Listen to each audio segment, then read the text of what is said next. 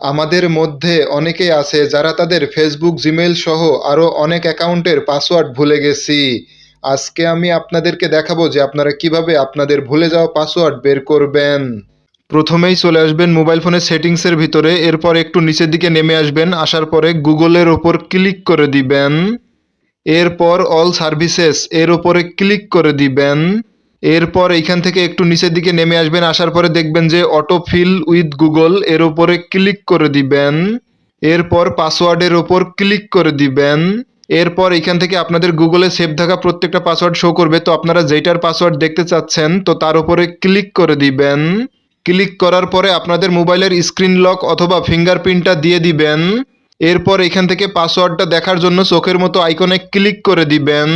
তাহলে সঙ্গে সঙ্গে আপনাদের সেই কাঙ্ক্ষিত পাসওয়ার্ডটা আপনারা দেখতে পারবেন। অবশ্যই মনে রাখবেন, আপনারা যেই সমস্ত পাসওয়ার্ডগুলো গুগলে সেভ করে রেখেছিলেন সেইগুলো ব্যতীত অন্য কোনো পাসওয়ার্ড দেখতে পারবেন না।